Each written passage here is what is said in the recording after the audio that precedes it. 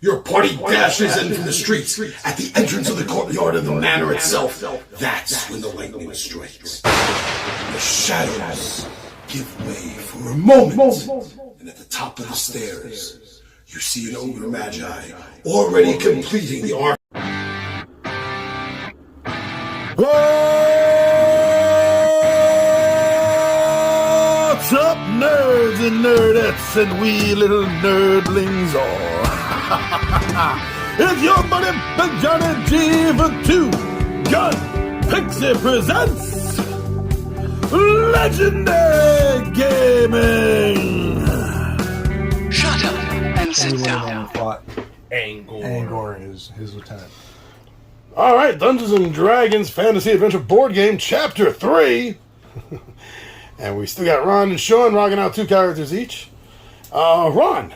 Yeah. You got 2 characters there. Yes. So tell us about the first one. All right, well, back to type.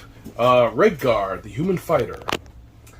He's regular. Redgar is a champion of good, pledging his mighty sword to the cause of justice. His adventurer to put down evil and to gain skill and experience that he can use in his crusade. Redgar's task on an adventuring team is to kill the monsters and protect his teammates. I can dig that. Kill monsters, protect teammates. That's your standard go-to in a D&D game. Fighters. All the fighters. Now, much like our basic D&D game, you're also stepping away from normal a little bit with your other character. Yeah, I am using Lita the Halfling Rogue. Shorter than people, they tend to be sneaky. Lita is no exception. Her task on an adventuring team is to handle tricky things such as finding and disabling traps. In combat, she does well if she can sneak attack her opponents. Obviously, she's a bit better than the thief I'm using, because everyone else in that game is a better thief than I am. But, yeah. Okay, and let's see over here. Sean, you also likewise are running 2 characters. I have Josanne the cleric, who's responsible for keeping the heroes healthy. He can turn undead monsters, and which will make them miss a turn. And he has a spell capability. And I have Mealy the elven wizard, who uses magic and defense and attack. She can cast powerful spells. Her armor class falls as she casts spells, or when she casts spells, too many spells, and her spell points drop too low. And she's not real great with protection, but has very powerful attacks. Okay, so we've done 2 parts of this adventure already. The first part, we found out that a local sheriff was missing, and you went on a chase with some goblins, which led you to the last adventure. You were looking for the sheriff, and you ended up facing the goblin boss, wasn't it? Yeah, Angor. Sounds like angry. Yeah, Angor, the Bugbear.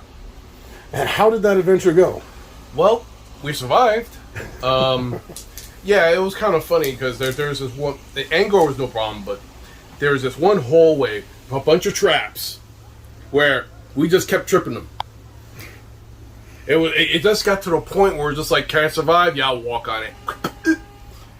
Doesn't it make you think, you have one job, thief? Yeah, and actually, both my people, Redgar actually has an artifact that'll actually allow him to search for traps too. So, yeah, but, what can I say? I'm just a piss poor thief. Okay, well, guys survived the room of the traps. Survived through the traps. We survived a dual attack on both our flanks. Where we got attacked by one set of goblins, and then another set ran around, tried to get us from behind. We survived that, and then eventually we walked into the room with Angor. It was one big bugbear with a little sycophant goblin at his side. Yep. We actually did pretty well on that one. Yeah, surprisingly. I think we got some good rolls, and we did something to him that paralyzed him somehow, or he lost a turn. I had a potion, and I had to set this up where if I used the potion, the opponent lost the initiative. But I had to set it up because I was like the first one to go, and I had already done something beforehand. So everyone else had to go before I could then set it up, and then everyone else had to go. It was like 2 turns in the process, which made him lose like a turn, which like froze him or something. Yeah, and he then knocked him down or something. He lost a turn, which allowed us to get in position and get some good hits in. So he really didn't. He got a hit or 2 in, I think, but in the end, we really made short work of him. Yeah. Also, at that point, I had the. This is gonna sound so bad on YouTube. The tortured sword of slavery. All right, Ron, you just got the channel shut down. Thank you. Yeah, demonetized. Originally used by the slave traders, this blade contains the souls of the tormented, screaming whatever it is used. So yeah, I lose 1 hit point, but I roll 2 oranges and a yellow for damage. And thematically, while you're swinging the sword, it's like screaming. Yes. Look at that smile. The only bad part is I get a chance that if I roll that black die and I get a star, I lose a hit point. But the damage was well worth it. Oh, of all the people to have a killer sword in the game, it would be you. Any interesting stuff that you've acquired for either the cleric or the My wizard? cleric did pick up a Mace of Faith, which is thematic and appropriate. And Mealy's got the short bow of the Ancients, and she can have either flame arrow or magic missile. If I remember right, you can keep spells inactive as an item, kind of like a magic item, but you can only have 1 magic item and 1 spell active at a time. Yeah, readied. Exactly, yeah. All right, so the adventure continues. The sheriff is still missing. Now you know that the goblins are not in charge. That they are taking orders from bigger, larger foes. Always take orders from bigger, larger foes. And C-3PO would say it's their lot in life? Yeah. Yeah. You've never heard... I don't know. I have never heard of an adventure where the goblins are just acting on their own. Yeah. They're always being led by something bigger. Good point. Good point. All right, well, the emergency vehicles are heading this way. We can hear them. And Grim is standing by with Orcus at his side there at the door, all ready for anything that may befall us. So this adventure is part 3, and it is appropriately called The